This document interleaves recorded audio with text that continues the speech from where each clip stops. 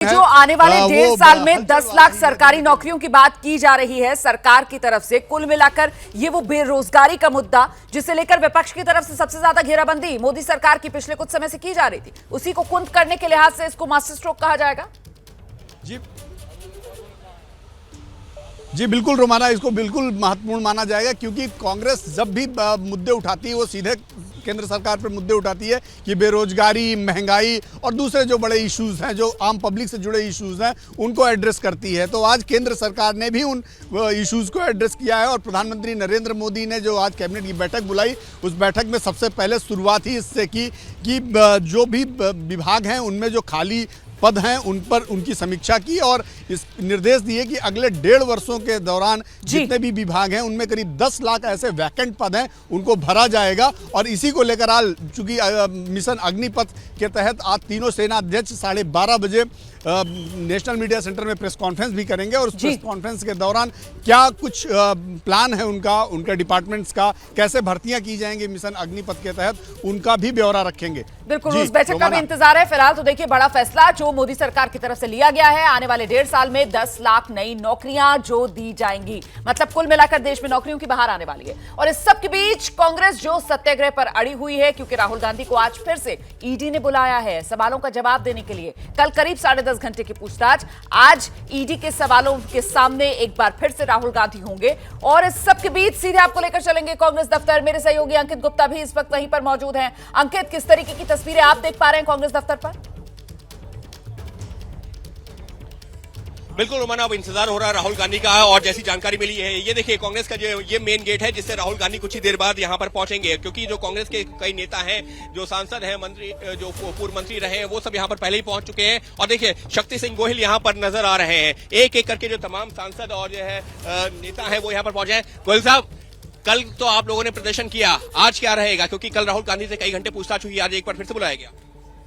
देखिए, ये political vendetta है, राजकीय द्वेष के साथ ये करना चाहते हैं। आप एक बात समझ लीजिए कि इसके खिलाफ एलिगेशन क्या है कि आपने एक ऐसा अखबार नेशनल हेरल्ड जो स्वतंत्र सेनानियों की आवाज बना था, इस देश की आजादी की लड़ाई में अहम भूमिका रही, उसको आपने, वो दिक्कत में आ गया था, कर्मचारी की तनख्वाह नहीं हो रही थी, उसको जिंदा रहे इसलिए आपने मदद कर दी। 5 लाख की कंपनी बना करके 90 करोड़ की प्रॉपर्टी का अधिग्रहण किया गया, इस तरीके के आरोप है। और ये कहा जा रहा है कि 2000 करोड़ की तो खाली जो है उसकी ये बिल्डिंग है बहादुर शाह जफर मार्ग वाली। देखिए, ये सारी बातें हैं वो ईडी तय नहीं करता है।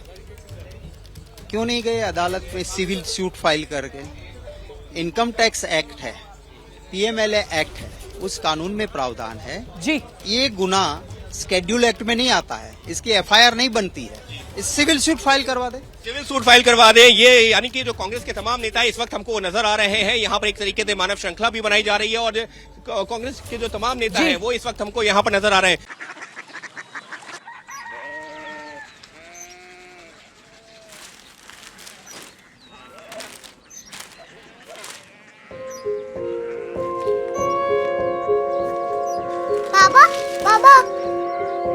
कोरिया सिटी जानी ना?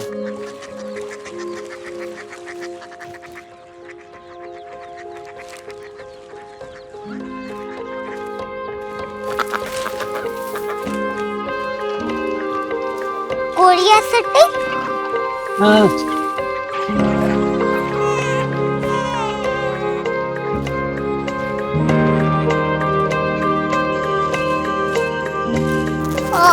कोरिया सिटी कहाँ पे है? शहर अंग्रेजी लगे हैं।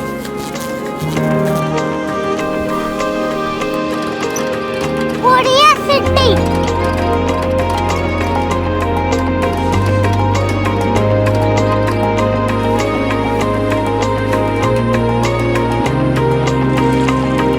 वो बहुत दूर है।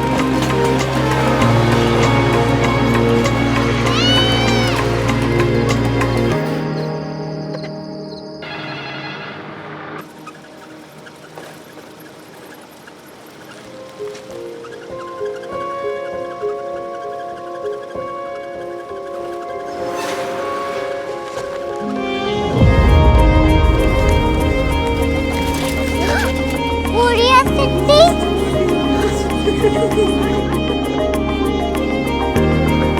दुनिया को कुछ लोग बड़े होते हैं। कोरिया सिटी कहाँ है? प्रोफेसर साहब को पता होगा। हो, ये छोटा वाला ग्लोब लगता है और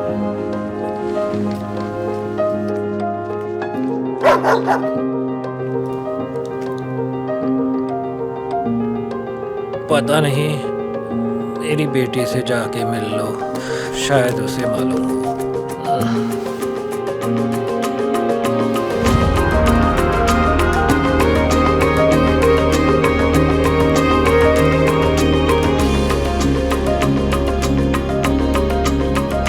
हाय, बाबा ने भेजा है। Come here. Korea city. Korea city नहीं, क्यूरियोसिटी। वो क्या? That's what brought you here? जो तुम्हें यहाँ तक ले आया। क्यूरियोसिटी।